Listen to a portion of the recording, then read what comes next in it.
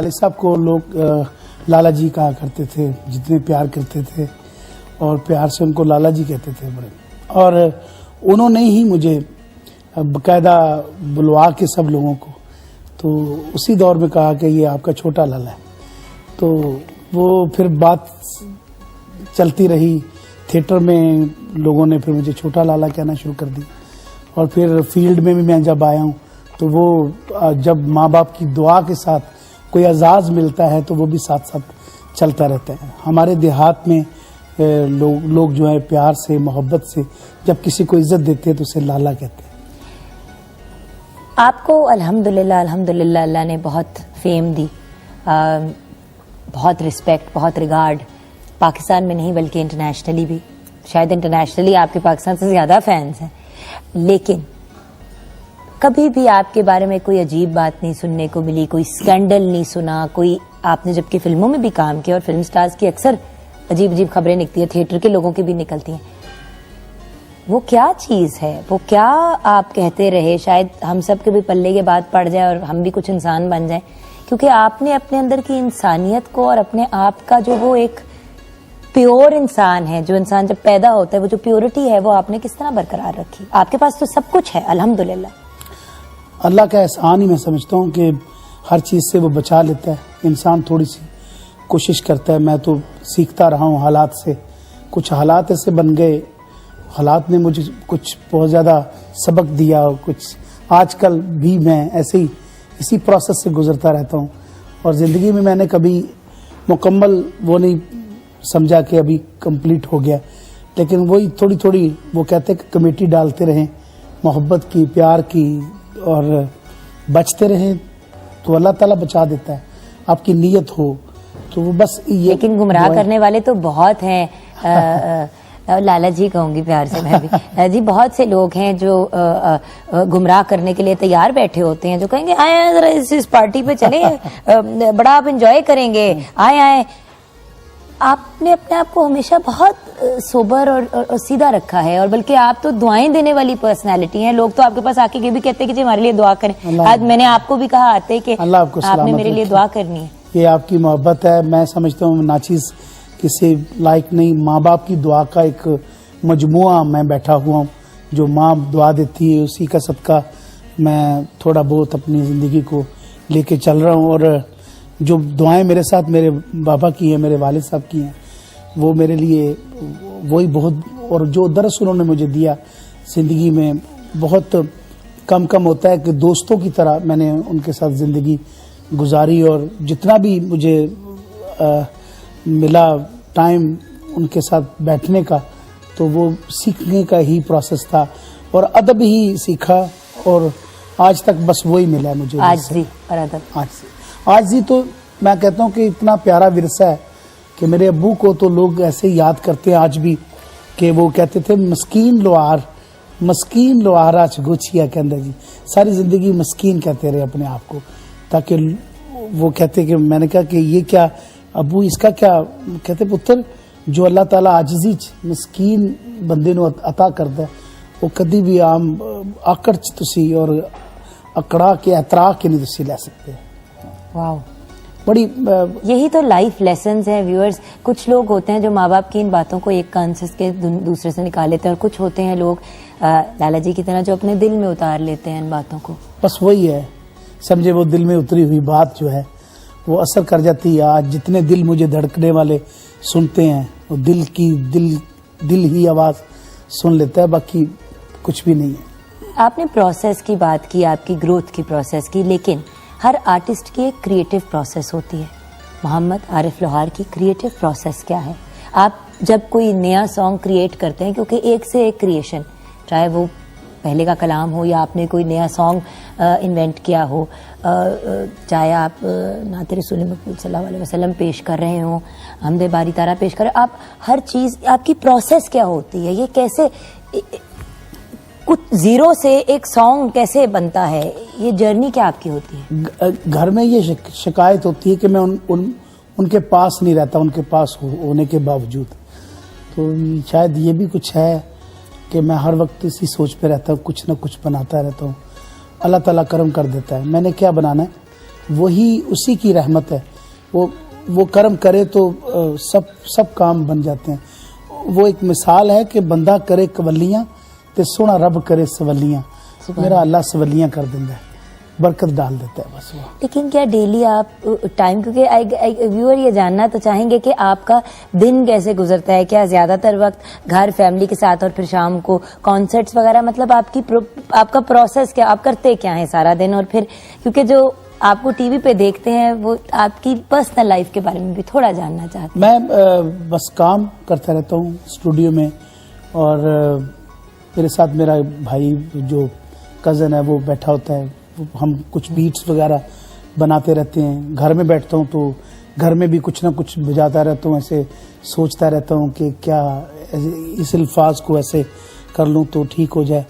تو اپنے انداز میں رہ کے جو بھی مجھے جتنا بھی آتا ہے, میں گانا تو نہیں گاتا. وہی بات ہے کہ گانا تو بہت دور کی بات ہے, یہ استادوں کی محبت ہے, ان کی دعاؤں کا نتیجہ ہے جو اس لائق ہے. ماشاءاللہ ہم تو ابھی پروسیس میں ہیں, ابھی چل رہے ہیں زندگی میں. اللہ تعالیٰ آپ کو اس سے کروڑوں اور کامیابیاں دے, بچوں کی خوشیاں دکھائے. آمین آمین.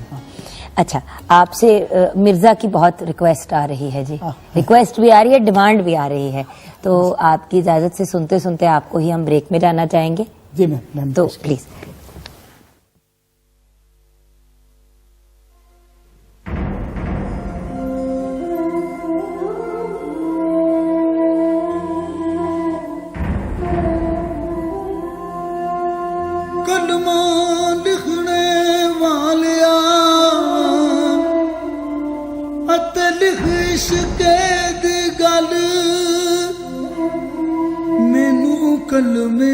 عشق اگے ترا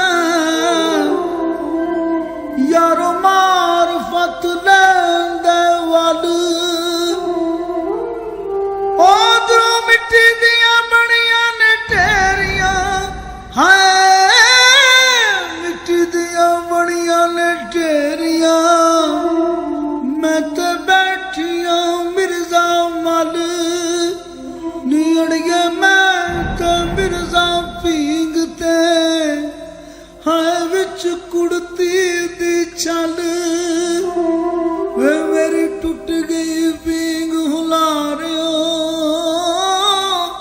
میرے رب نہیں پائی گل, وے میرے او دولیا مینوں سانجان تیرے دم دیا جٹائی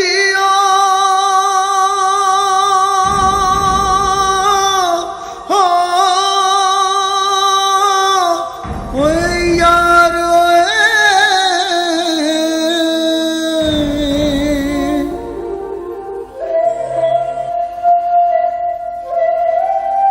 حجرے شاہ مقیم دے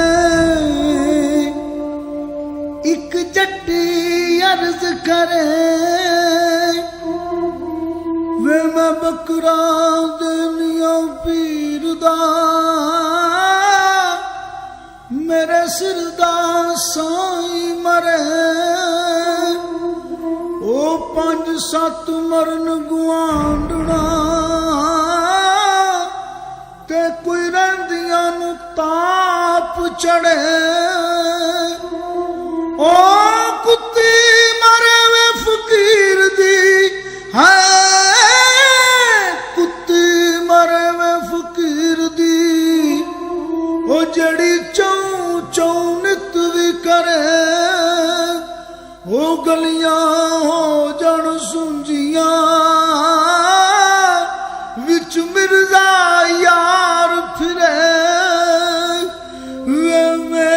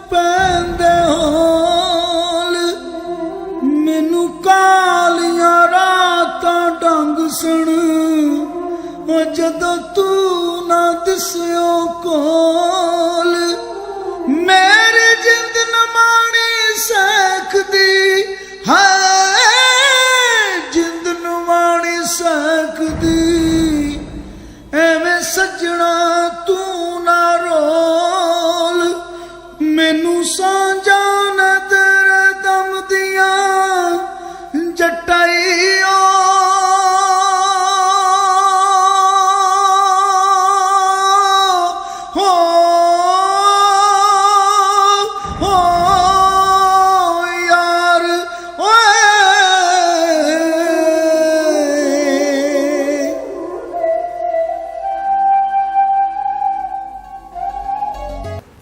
कुछ लोग बहुत ख़ास होते हैं, कुछ बहुत स्पेशल होते हैं, अल्लाह ताला उन पे ख़ास करम भी करते हैं और अल्लाह ताला के करम को अप्रिशिएट करते हुए वो दूसरों पे बहुत करम करते हैं।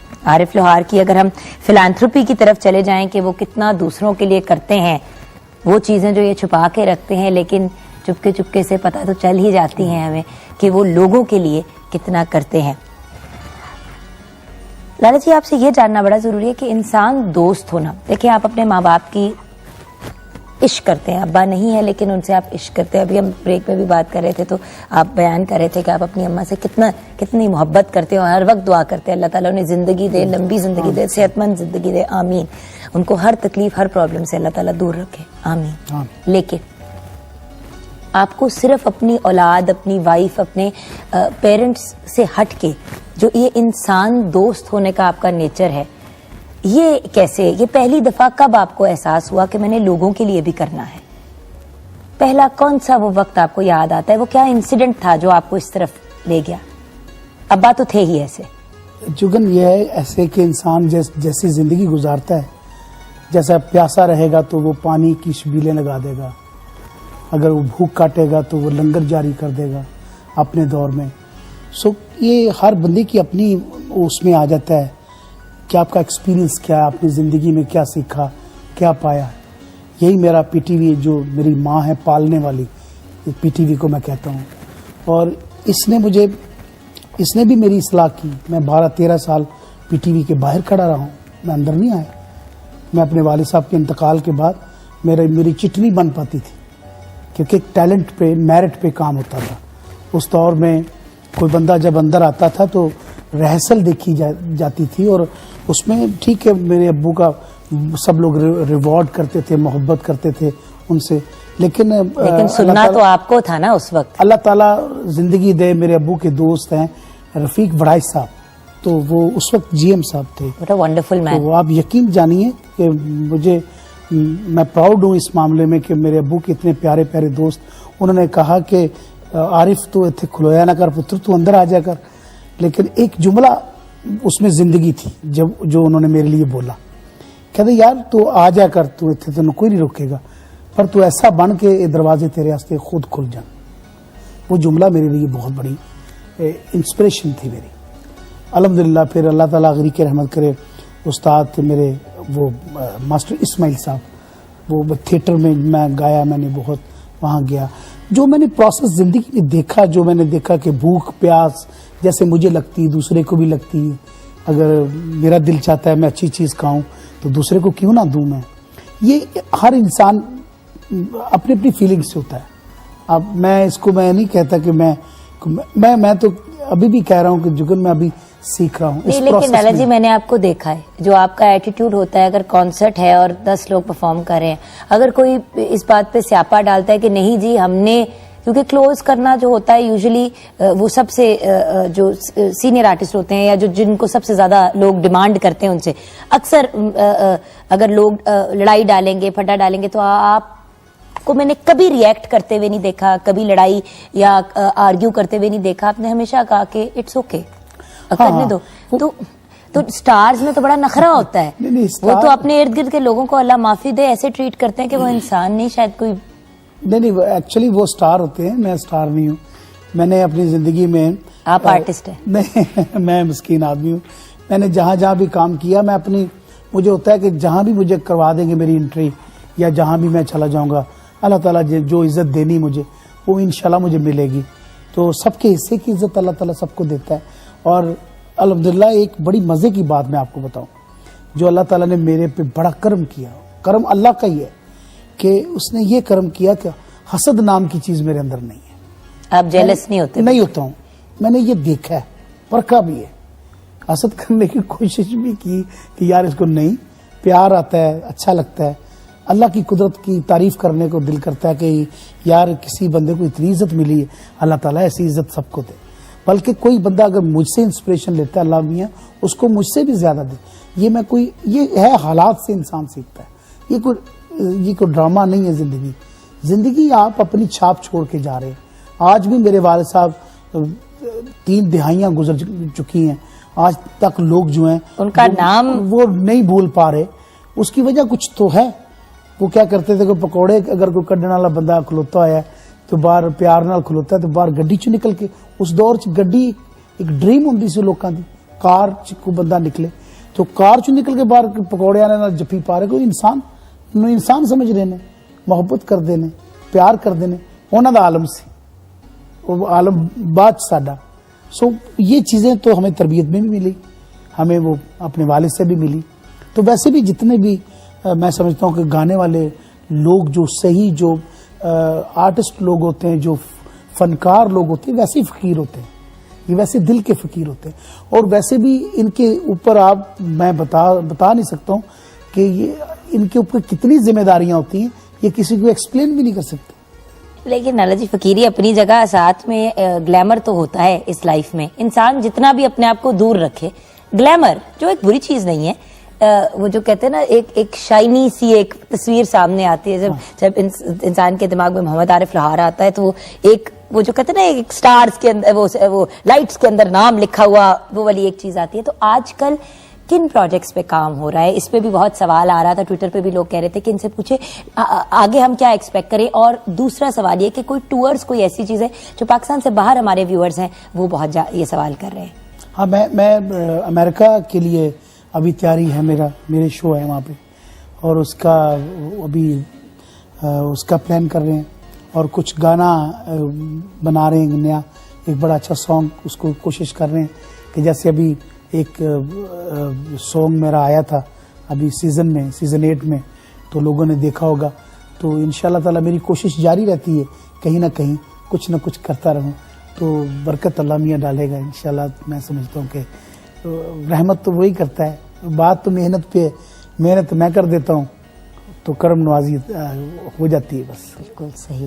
اچھا, جہاں ہم لالا لالا کہہ رہے, لالا والیا, لالا والیا سائیاں, وہی. ہاں جی, وہ ہے کہ جتنے لال تو نے دنیا میں بھیجے سب کا سائیں تو ہے. سبحان اللہ. میرا اللہ تو ہے, تو مہربان ہے کہ میں تیرا ہی کلمہ پڑھیا ہے جدو میں اکھاں کھولی ہیں, کلمہ پڑھیا میں تیرے نام دا سائیاں. تو آپ سے ریکویسٹ کر سکتے ہیں ہم؟ جی میں پیش کرتا ہوں.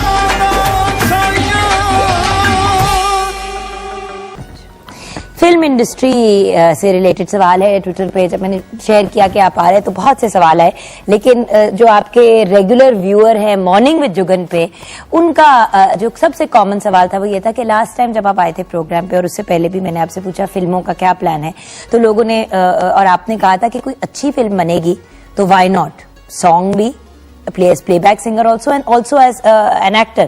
تو اس وقت آپ کی کیا رائے ہے فلم انڈسٹری کے بارے میں؟ کوئی ایسے پروجیکٹس جن میں انوالوڈ ہیں؟ ہاں جی بالکل, میں فوکس کر رہا ہوں اس کو کہ کیسے اس میں ہوا جائے, کیسے اس کو کریں, کچھ جو نیا پلان ہو, نئے طریقے سے آئیں جو کہ اچھا لگے سب کو, اور کو پروڈکشن میں جیسے کہ باہر چلا جاؤں, کینیڈا چلا جاؤں, امریکہ چلا جاؤں, وہاں جا کر کے ہمارا جو دیسی تڑکا ہے اسے لگا کے بنایا جائے. ونڈرفل. اچھا, آپ کی نظر میں محبت کیا ہے؟ محبت آپ کی نظر کیا محبت کیا ہے؟ نظر چھوڑ دیتے نا, یہ جنرلی محبت کیا ہے؟ محبت وہ ہے جو جینا سکھاتی ہے, اور محبت وہ ہے جو تھوڑا تھوڑا دکھاتی بھی ہے, اور محبت وہ ہے, میں سمجھتا ہوں کہ انسان کو انسان بنا دیتی ہے, اور محبت کے بغیر یہ پورا وجود جو ہے وہ خالی ہے. بالکل صحیح, بالکل صحیح. محبت کے بغیر وجود خالی ہے, اور وہ کہتے ہیں نا کہ اگر انسان محبت کرتا ہی چلا جائے اور اس میں کوئی دکھ نہ ہو, کوئی غم نہ ہو, تو انسان کی فطرت کا حصہ ہے کہ ہم اپریشیٹ کرنا چھوڑ دیتے ہیں. کچھ لوگ کہتے ہیں کہ جی محبت بانٹنے والا بندہ اکیلا رہ جاتا ہے. میں نہیں سمجھتا ہوں, میرے نظریے سے محبت ایک ایسا اللہ تعالیٰ نے ایک ایسا یہ آپ کو ورثہ دیا ہے, ایسا گفٹ دیا ہے کہ آپ اسے جتنا بانٹیں یہ اتنا ہی بڑھتی ہے, اتنا ہی زیادہ ہوتی ہے. تو میں نہیں سمجھتا کہ یہ کم ہوتی ہے. تو محبت سے ریلیٹڈ کچھ ہمارے پاس میوزیکل بھی ہے. بالکل, میں میوزیکل جس میں یہی آپ کا پیغام ہے. بلکہ آج کل تو میں جہاں بھی جس سے بھی سنتا ہوں, کوئی گاڑی میرے پاس آ کے کھڑی ہوتی ہے تو وہ اونچی آواز میں یہی گانا لگا دیتی ہے, میں وہ سنا دیتا ہوں آپ کو. پلیز.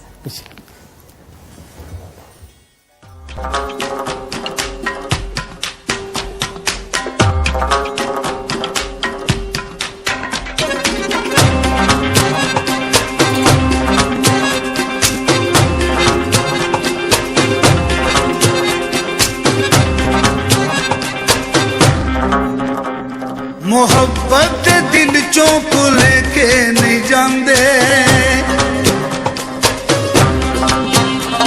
محبت دل چوں کو لے کے نہیں جاندے, محبت مجبور وے کے نہیں جاندے.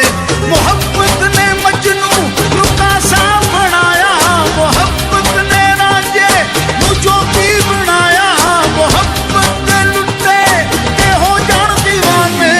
جس تانوں لگدی ہے او تن جانے, جس تانوں لگدی ہے او تن جانے, جس تانوں لگدی ہے او تن جانے, جس تانوں لگدی ہے او تن جانے.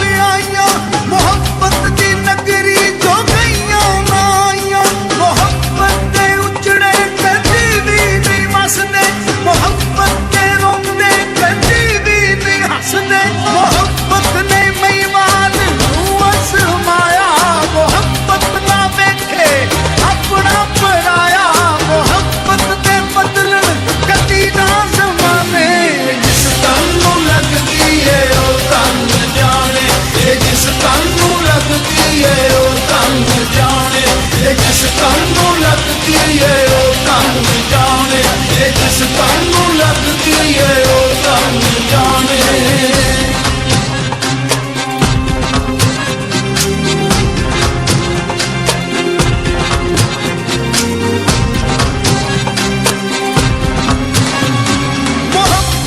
ससिया गोरे ताते साड़े मोहब्बत ने वस दे कई घर गुजारे मोहब्बत दी सोनी चना विच रोड़े मोहब्बत दी लौ मई दिला दान छोड़े मोहब्बत ने मंसूर सूली चढ़ाया मोहब्बत ने सादक गुलाल चाया मोहब्बत दी अख दे में वखरे निशाने इस तनु लगदी है ओ तन जाने जिस तनु लगदी है ओ तन जाने जिस तनु लगदी है ओ तन जाने जिस तनु लगदी है ओ तन जाने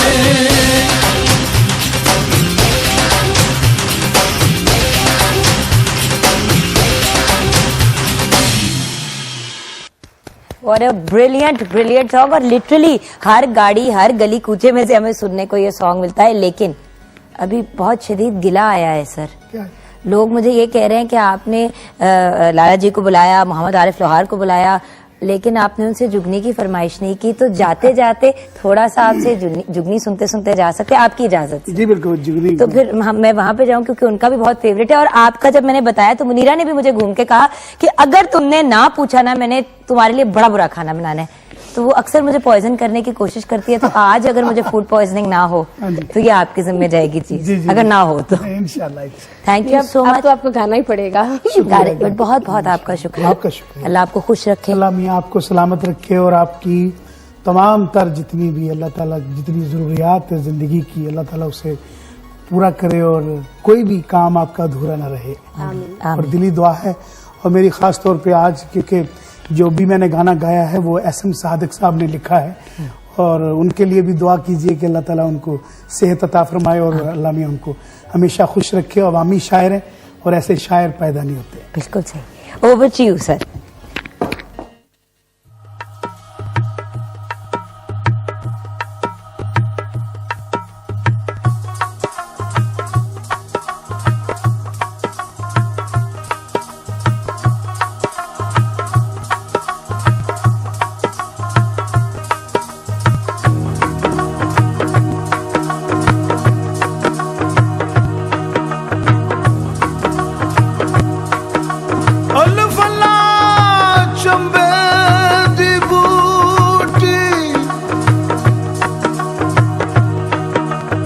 te me